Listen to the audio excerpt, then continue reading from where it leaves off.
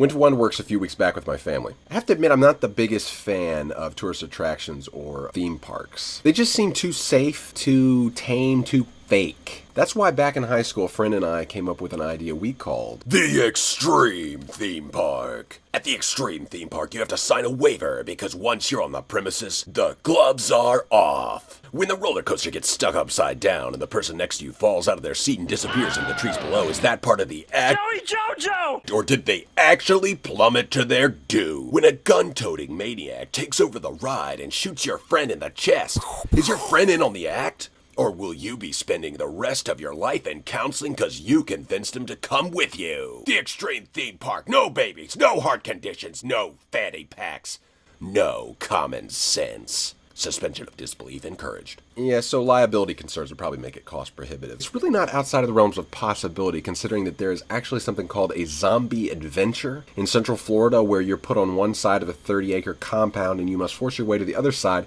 using a paintball gun, and you're surrounded by zombies. You can shoot them in the head and everything. That does sound like an accident waiting to happen, because sometimes you just have knee-jerk reactions. Are you going trick-or-treating? No, probably. Speaking of zombies, it's time for the blurb of the week. Frank Darabont's adaptation of the graphic novel series The Walking Dead is premiering on Halloween on AMC. This genre, as cool as it is, guys, I mean, doesn't it seem like it's worn its welcome just a little bit? Romero, the guy that started the whole thing, has been jumping back on his own bandwagon in recent years. He's had Land of the Dead, Diary of the Dead, Survival of the Dead. It makes me wonder what's coming next. The prepositional phrase of the dead could be used in a number of ways. How about Memoir of the Dead, where a poet zombie penning his memoir is cruelly murdered by a power-hungry policeman? Or how about Romance of the Dead, where a human girl and a zombie boy are split apart by a society that wouldn't understand? I think I've gotten the point by now. Even brainless brain eaters aren't as bad as the man. For me personally, I think it's time to lay this undead genre to rest for a while. At least until someone comes along and breathes new life into it. Time for our surf tip, board placement. Never place your off-white or white surfboard on the white sand near a roadway. Here's why. And Russell just got here. Drove his white pickup truck right there over the white sand. And on top of the white sand was Ford's off-white board. And he drove right over the board.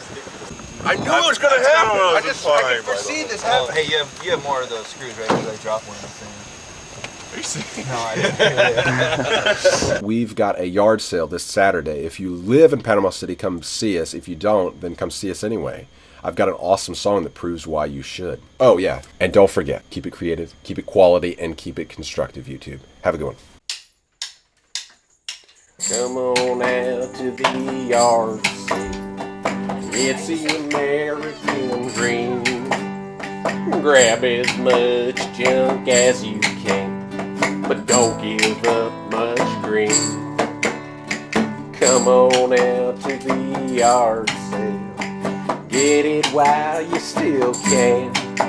You can barter, banter, pillage, plunder, and leave us with empty hands.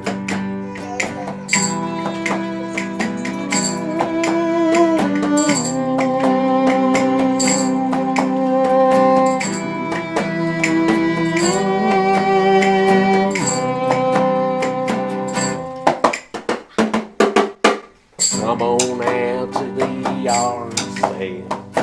Get it while you still can. You can barter, banter, pillage, plunder, leave us with empty hands. You can barter, banter, pillage, plunder, leave us with empty hands.